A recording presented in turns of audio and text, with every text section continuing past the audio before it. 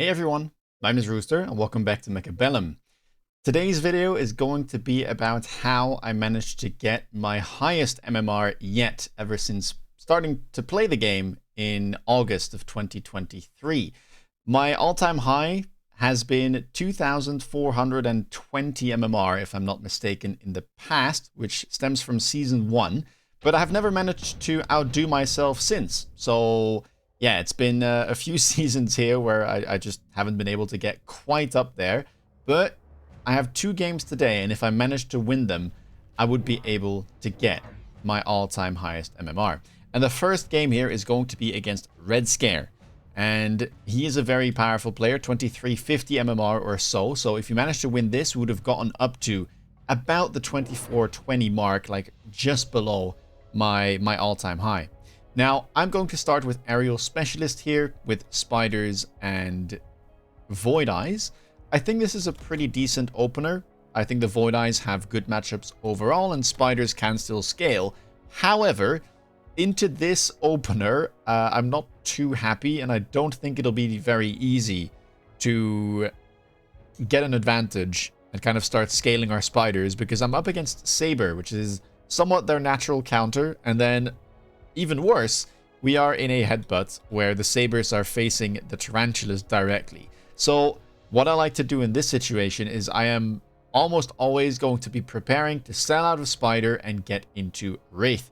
This is very, very viable, especially when you're Aerial Specialist, and it's kind of the alternative chaff clear option that you have aside from Spider. Wraith is the king of headbutts. It is an absolutely insane unit, and well, with Aerial Spec, things get even better. So that's already like round 1. That is what I'm trying to prepare myself for. Opponent goes double Hound. But yeah, he should be favored here. Sabers, as you see, will lock my Spiders, and 2 shots is all it takes to get rid of them entirely.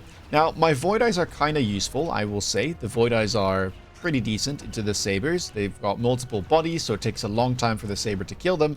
And they've got pretty decent DPS too, but yeah, with little to no frontline available, even they won't be able to win this. And so sadly, both of the Sabers will live to tell the tale.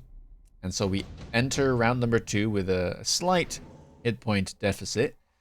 Round number 2 though, improved Wraith shows up. And considering I already wanted to get into Wraith, this didn't seem like too bad of an option. The nice thing about improved Wraith is it gets that bonus range, which is so important, and you also get 30% bonus attack, which is very nice on a unit that can get up to 8 guns shooting 8 different targets, you know?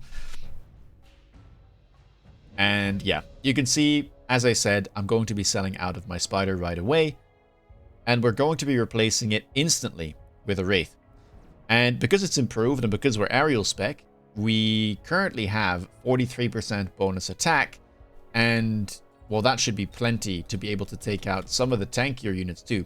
Of course, I'm hoping that he doesn't buy anti-air. That would be the best case scenario. And I just kind of get to farm away for 1 round and potentially even level my Wraith. I buy another Fang, I believe. Yes. Just to kind of try and cover here on the right side, just in case he adds a Phoenix at least. There's something blocking it from insta-locking the Wraith. And then we also use a missile on the left because it is somewhat of a normal play here to like put a crawler to try and attack the tower, or, you know, anything really, like a Wasp or a Phoenix. I want to try and defend against that.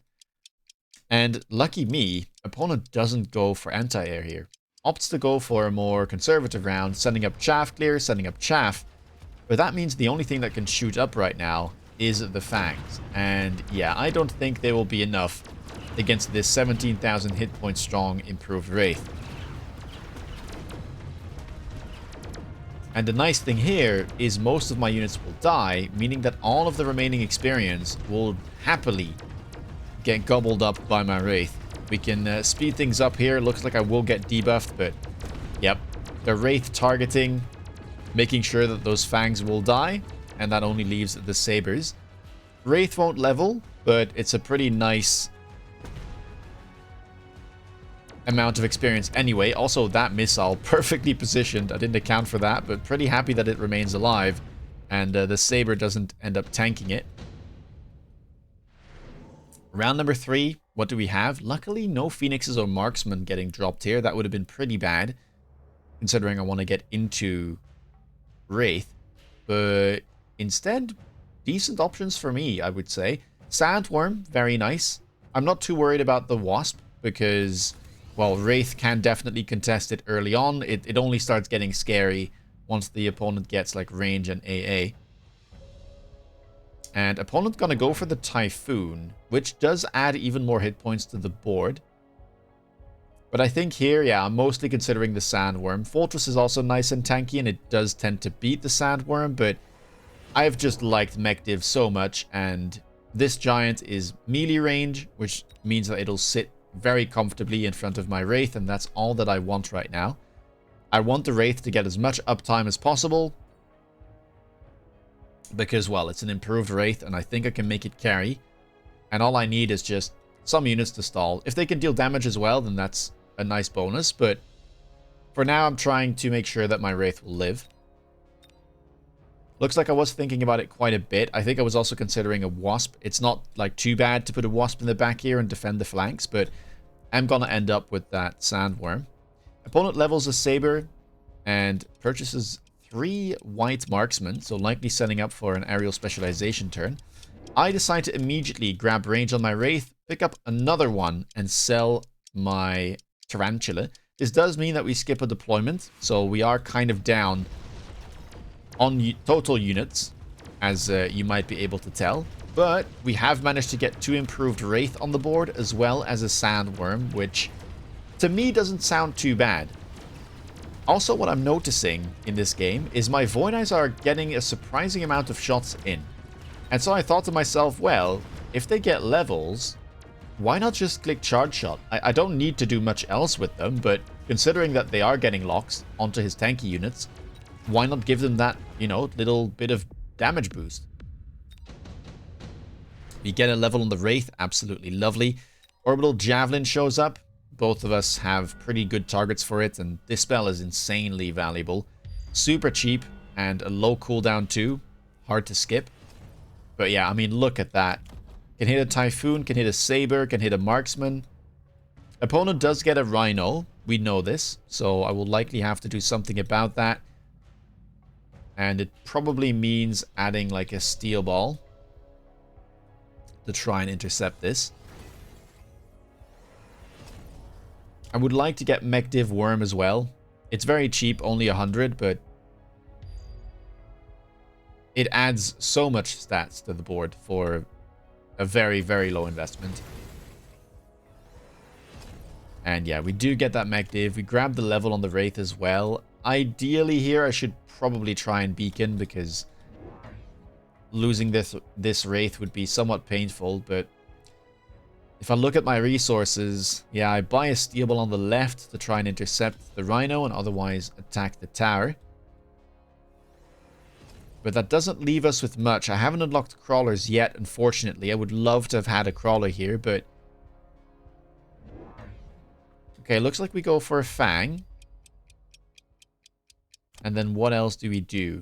I think best for me would have been to pick up a mobile beacon, but instead we grab the level on that Void Eye, and we're gonna have to say bye-bye to our Wraith. Opponent does try to beacon the Typhoons away. I don't think he'll be able to save all of them, though.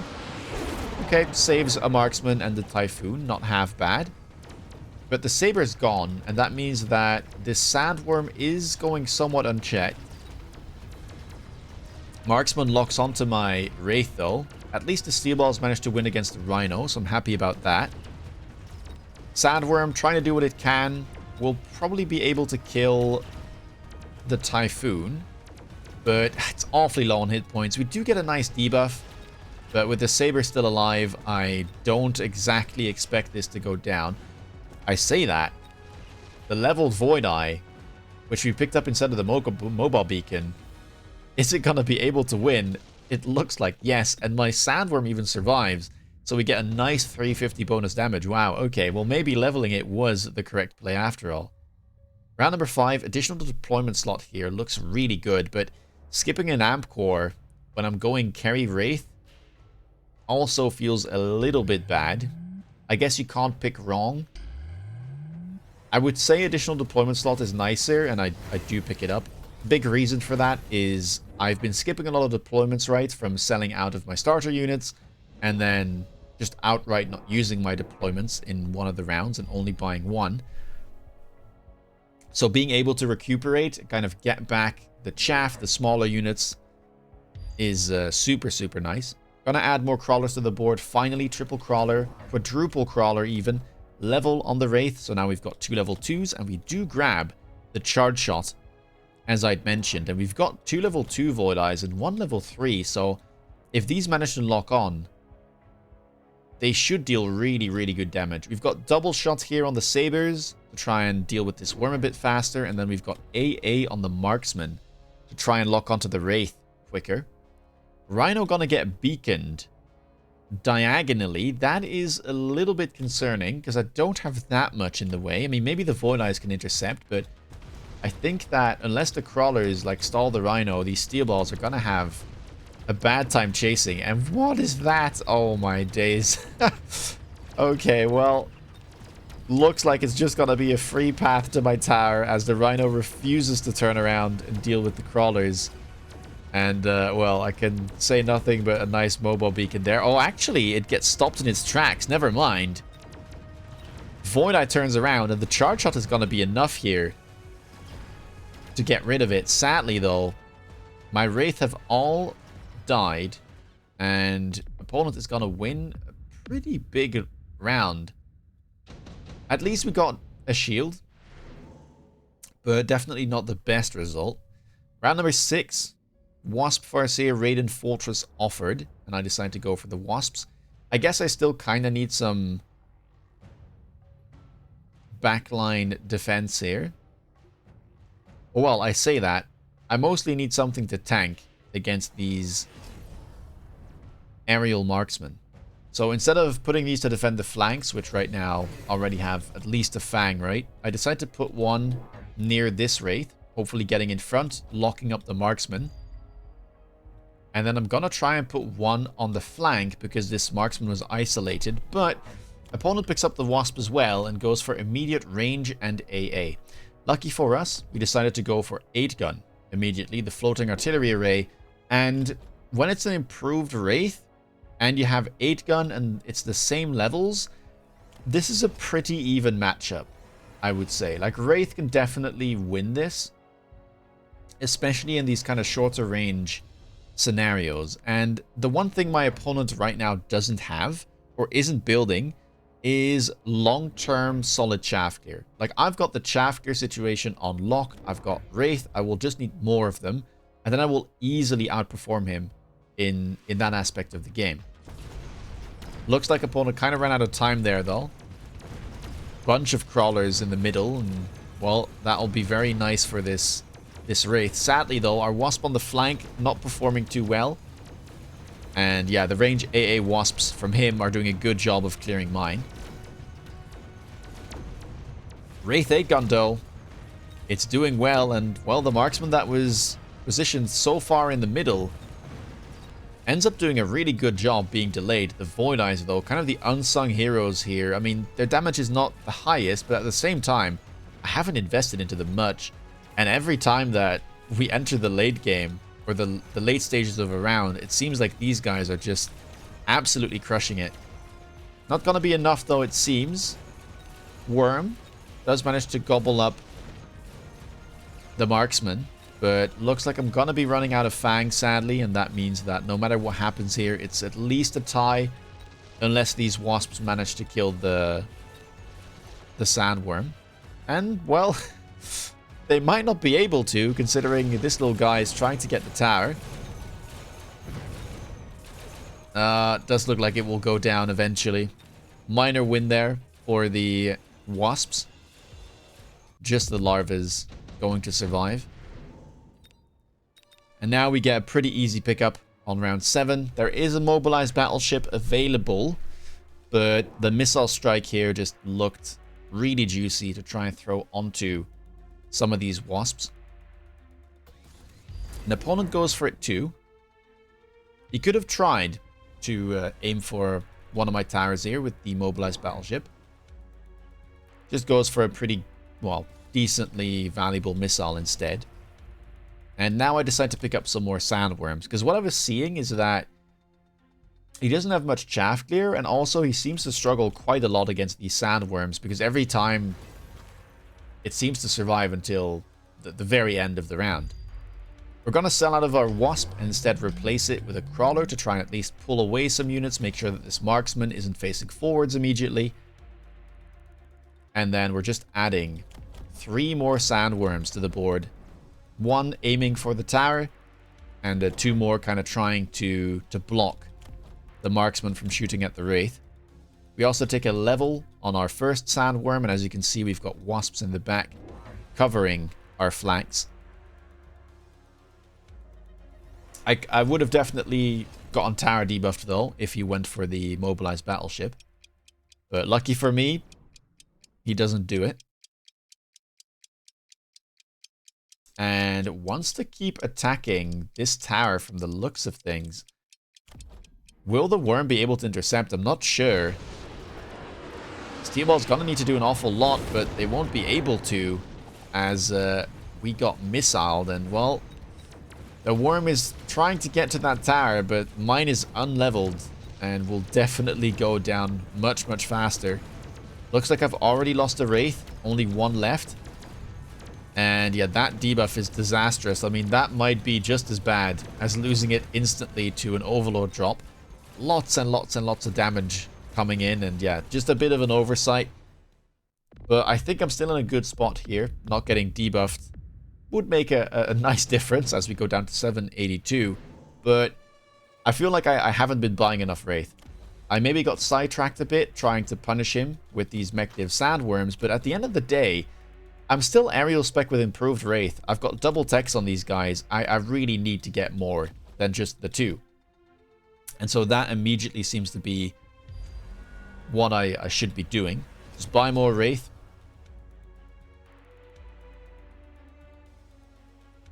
And we've got the Jav back off cooldown, both of us.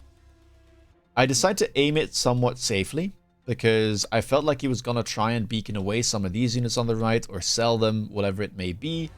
And to be honest, like, this is good enough of a javelin, and I'm pretty sure that it would hit, right?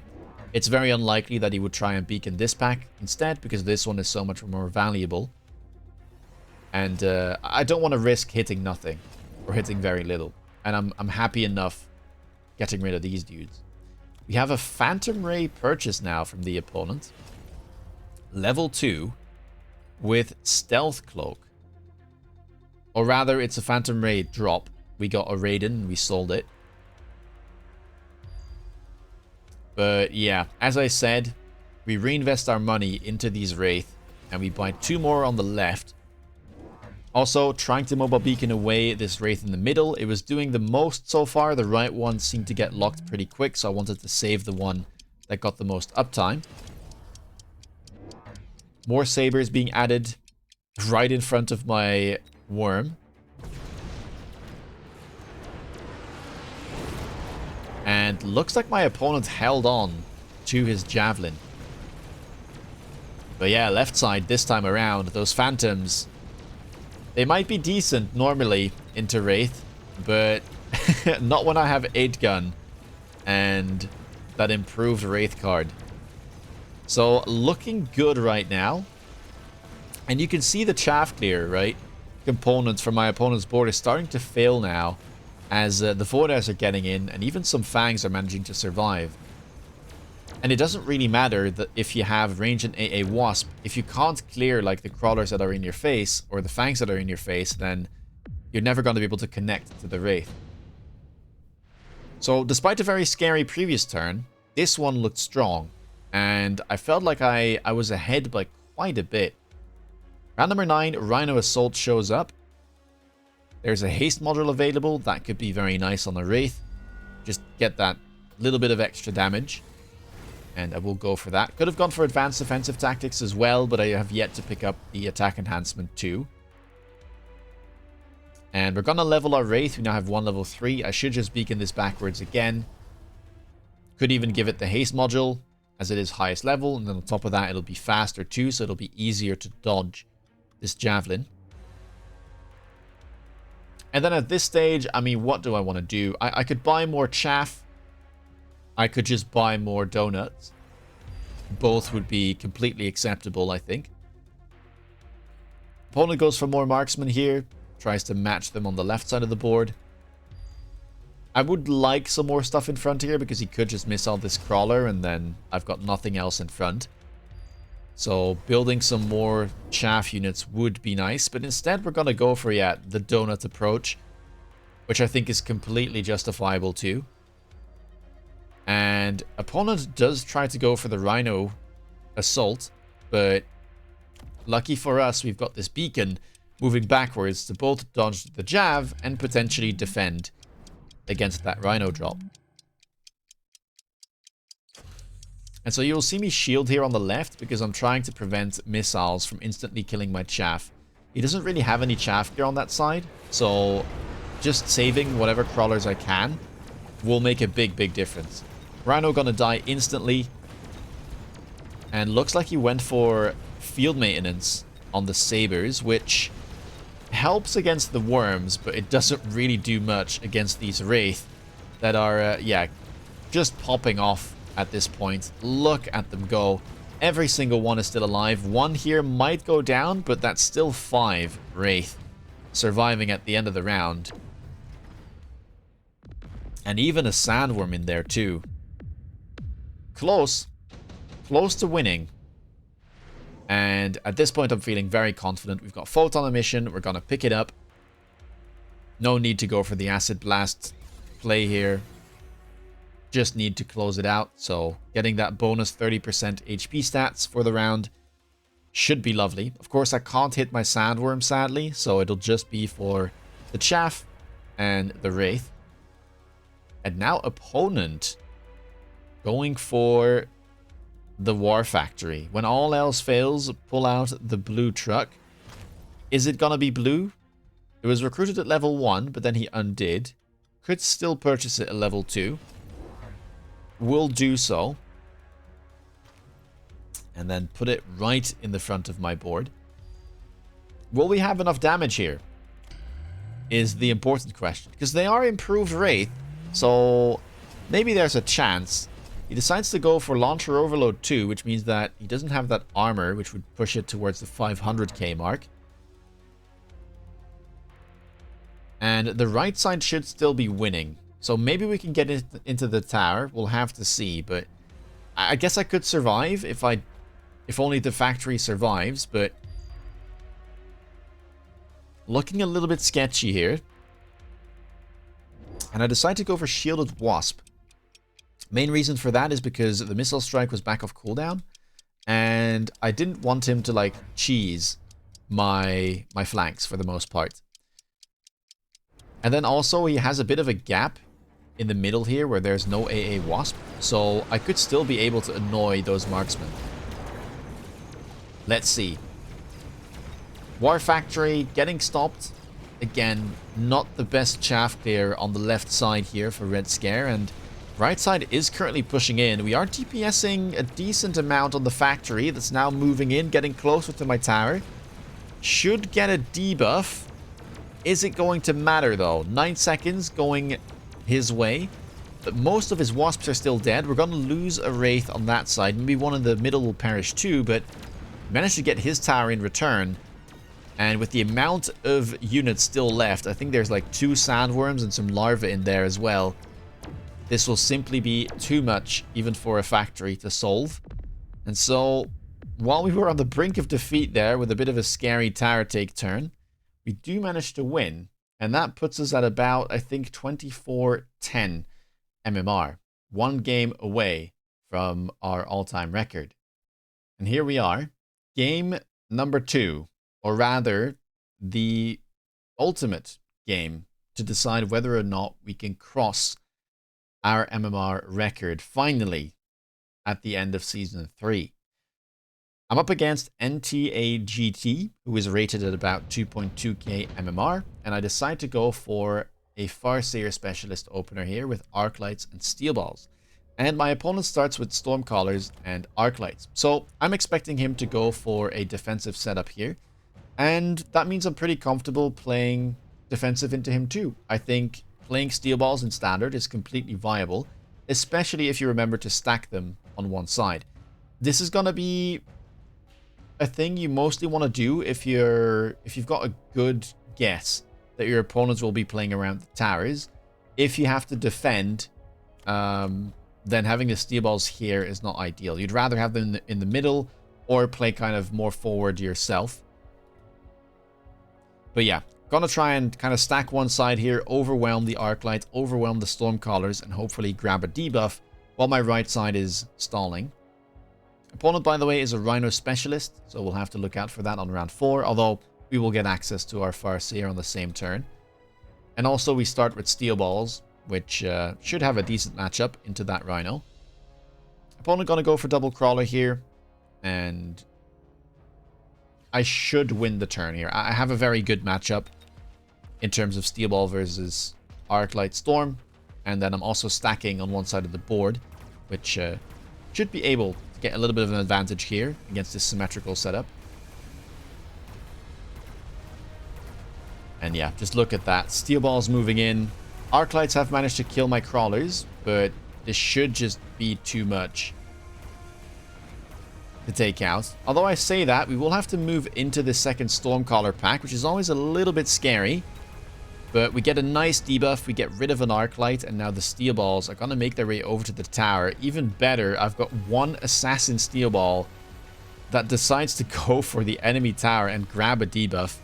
I don't think it matters, but it's a nice bit of experience. You get 200 for taking down the tower. And that means the Steel Balls are even going to pick up a level right away. Arclight trying to take down my tower, won't quite be able to do so. And that's a very successful first round. Round number 2. Shield airdrop here looks fine, although Smart Arclight might be the better pickup. And I do decide to go for it. I think getting Smart Arclight in these type of longer range games where I am planning to play long range down the line, it is very nice to get ahead in Arclight levels. They are so important, and they scale very nicely with techs like EMP and Elite Marksman. And I didn't really feel like the shield was going to add too much. My units are getting up in his face, and he has Stormcallers already, so there's a high likelihood that the shield would have either done nothing or gone down. Opponent also picks up the Smart Arclight here. I decide to go for the defense enhancement, and then I pick up another Crawler on the left and then Marksman as well to try and defend against a potential air unit purchase. And yep, we were correct. Phoenix gets picked up. Makes a lot of sense. He already had Chaff, he already had Arclights. So getting some DPS, potentially cheesing the round, would be very useful. We also picked up a level on those Steel Balls, so immediate level 2 there, going to add an incredible amount of tankiness, which is also why we went for that defense enhancement. And just a lovely turn overall. Marksman going to manage to kill an Arclight and kill that remaining Phoenix too, so we should pick up back-to-back rounds here and kind of extend our lead for the moment. Being ahead is lovely here because both of us went for the Smart Light card.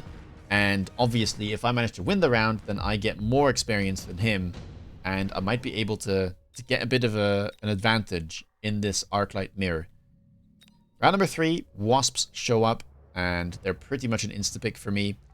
Quad Hound, I mean, it's a lot of deployments, but I'm happy with the Arclights. I don't need more chaff clear. Phantom loses to the Wasps, and Void Eye is just not really suited to these long-range battles. So seemed like Wasp was the only real pickup here. And again, I'm going to choose to stack them behind the Steel Balls. They've got something tanky in front of them.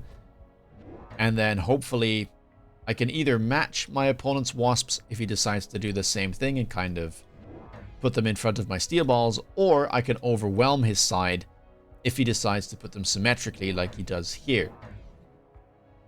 And I think this is a bit of a mistake from him. He either should have stacked them to try and deal with my stack, or alternatively could try and push this tower and go for a bit of a tempo play by putting the wasps more forward, maybe like adding a steel ball himself in front and threatening my tower. But right now, this is not going to arrive anytime soon. And in the meantime, I'm probably going to be crushing that left side of the board. Both of us pick up the range on the arc lights. I pick up the levels as well where I can because, well, floating levels is not ideal when you picked up that smart light.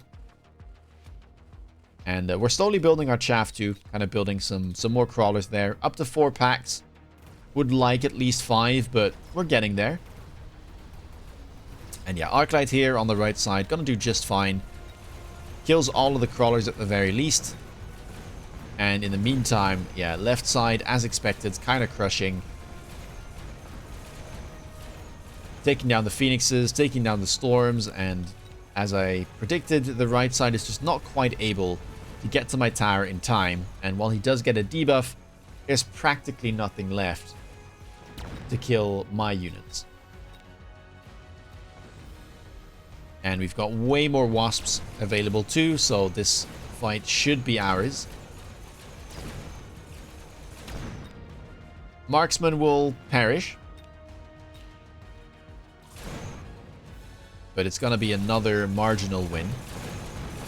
And it's not the most HP damage, but again, doing that multiple times in a row and against a pack that started with 3,800, suddenly he's down to 2,400 by round 4.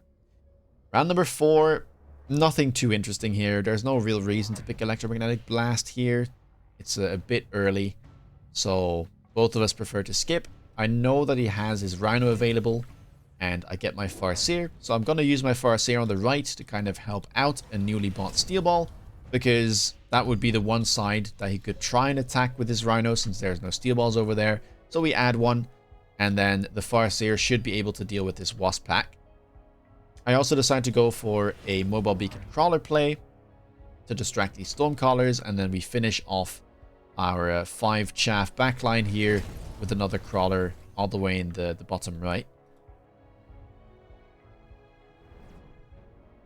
I'm also picking up a Missile. I'm just really trying to play it safe. I don't want to give up any tempo whatsoever, so in case he decides to put this Rhino like on the line and run into my tower, I've got a Missile to defend.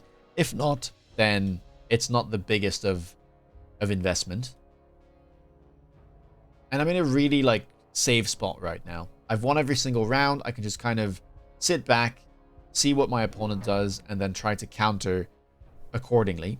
The nice thing about having this type of arc light base is you can pair it with a lot of different things. You can go Marksman, you can go Phoenix, you can go Sandworm, you can go Melter. I mean, like, you name it. Most units will be able to pair with it quite nicely.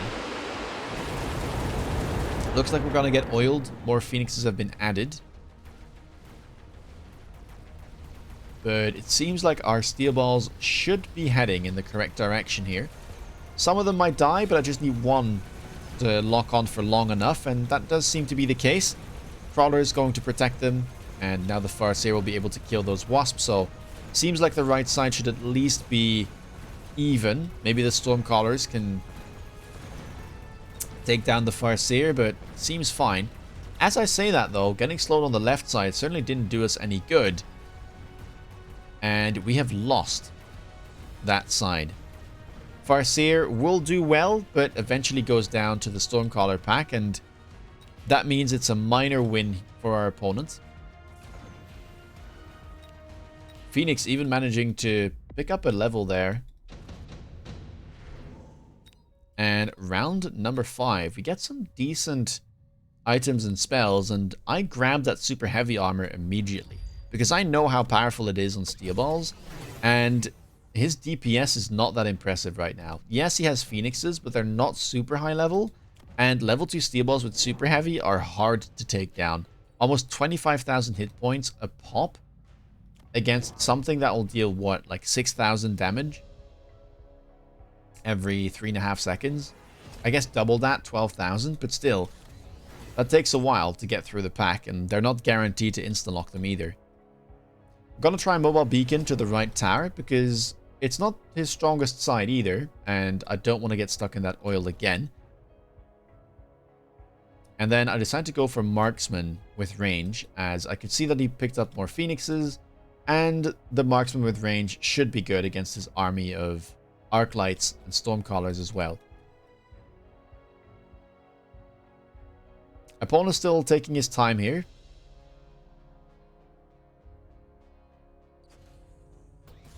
And if I had to take a guess as to like what would be the best play for him, he could try to do Sandworm, although it is a little bit sketchy into Steel Balls. He might be forced to simply go Scorpion, but that's not the best thing, or not the ideal thing you want to play into a board of Marksmen like these. So, yeah, he's in a bit of a tough spot, as he's in a mirror, but he's losing.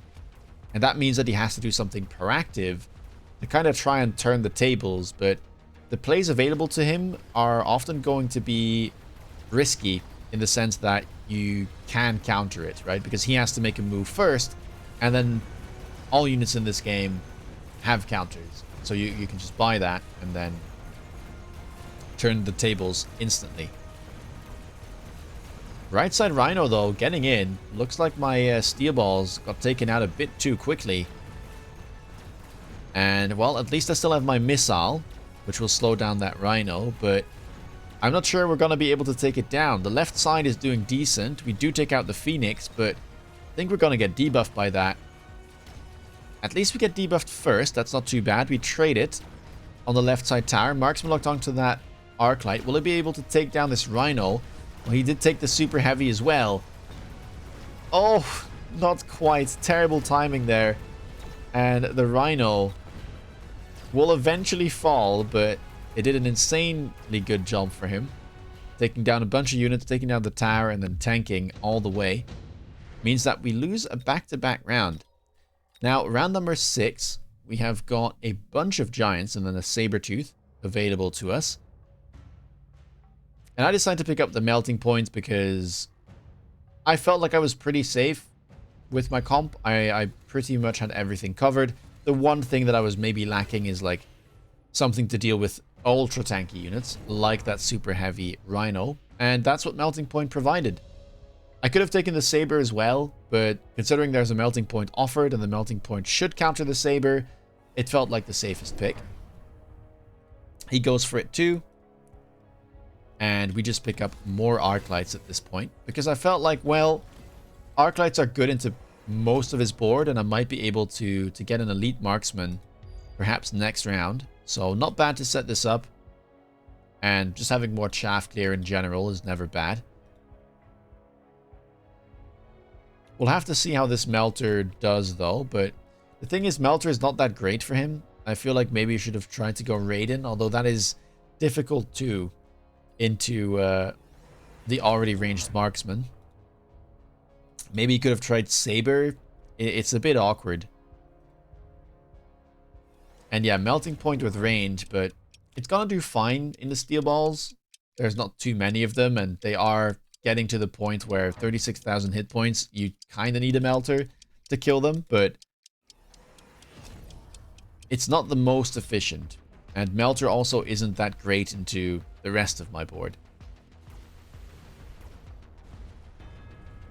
More Wasps getting added. I do decide to give mine levels. That might make a difference. And I could consider ranging them if opponent gets a bit lower on hit points. Could be a good gut shot play. Melting Point going to kill an Arc. Oh no, never mind. It does turn for that Rhino that got beaconed. So very happy with that. That's exactly what I needed it to do. And Wasp's annoying that Melter. Although it does do its job too. Taking down all of my Steel Balls. Even still, I think right side way more winning for us. And that means that these Arclights and Marksmen combined will have no issues taking down his Melter. And that will send him down to about 1,000 or so. Yeah, 1,200. Getting within striking distance now. Round number 7, Ion Blast shows up. Probably a must pick. That spell is much like Javelin. Very, very valuable. Insanely cheap. Short cooldown. And if you do manage to hit it properly, it deals a boatload of damage. So yeah, don't take too long to think about that one. He picks it as well. And I'd say it is slightly favorable for us because he's a little bit more clumped than I am. Seems like my board is a little bit more spread out, and I've got some useful or valuable targets on the left with the high-level Arclights and the Steel Ball, but then at the same time I also have that Melter on the right side, which could be a good target. Whereas his high-level Arclights and his Melter and his Wasps are all on this side of the board. He decides to go for EMP on the Arclights, not a bad pickup. I was considering picking it up myself too, although I believe I'll be going for the Elite Marksman instead.